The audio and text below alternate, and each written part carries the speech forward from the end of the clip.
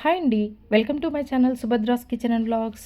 ఈరోజు రాయలసీమ స్పెషల్ రాగి సంగటి చూపిస్తున్నాను. చాలా సాఫ్ట్గా నోట్లో పెట్టుకుంటే కరిగిపోయేంత మెత్తగా ఉంటుందండి.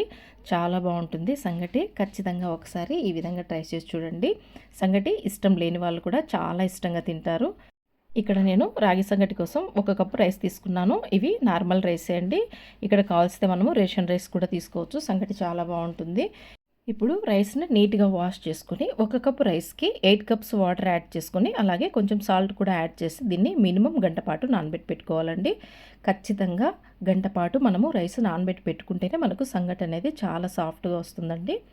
గంట తర్వాత మనము స్టవ్ ఆన్ చేసుకొని ఈ విధంగా మరొకసారి గరిటెతో మిక్స్ చేసి ఇప్పుడు లిడ్లో వచ్చేసి మీడియం ఫ్లేమ్లో 3 to 4 విజిల్స్ రానిచ్చుకోవాలండి.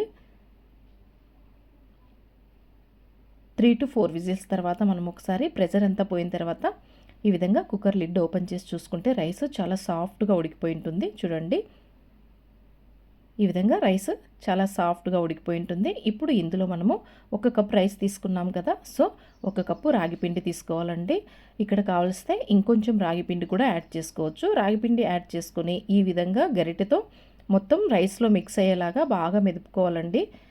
ఇక్కడ మనము గరిటెతో మెదపడం కష్టం అనుకుంటే ఇలాగా వుడెన్ స్పూన్ తీసుకుని వుడెన్ స్పూన్ని కొంచెం వెట్ చేసుకొని ఈ విధంగా తెడ్డులాగా పట్టుకొని బాగా మెదుపుకోవాలండి. రాగి సంగటి అంతా తెడ్డు అంటే తెలుసు కదండి.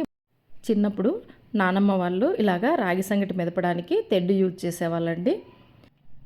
ఇలాగా వీలైనంత మెత్తగా దీన్ని మెదుపుకోవాలి.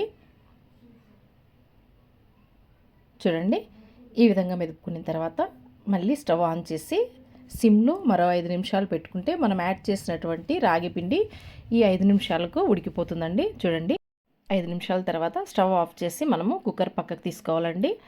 కుక్కర్ పక్కకు తీసుకుని దీన్ని మరొకసారి గరిటెతో బాగా మిక్స్ చేసుకుని ఇప్పుడు మనకు రాగి ముద్ద ఏ సైజులో కావాలో ఆ సైజు రాగి సంగటి ఇలాగా ప్లేట్లోకి తీసుకొని ప్లేట్ మనము తడి చేసుకోవాలండి. మనం ఇలాగా రాగి ముద్ద చేసేటప్పుడు ప్లేటు అలాగే చేయి కూడా మధ్య మధ్యలో తడి చేసుకోవాలి.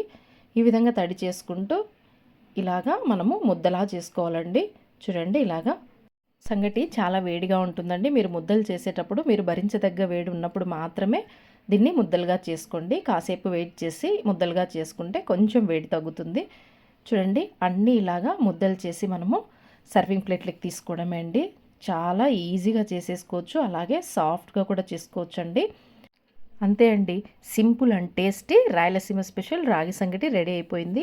నేనైతే ఇక్కడ దీన్ని నాటుకోడిలోకి సర్వ్ చేసుకుంటున్నాను. ఓకే అండి, మీకు ఈ వీడియో యూస్ఫుల్ అనిపిస్తే please like, share and subscribe my channel. Thanks for watching.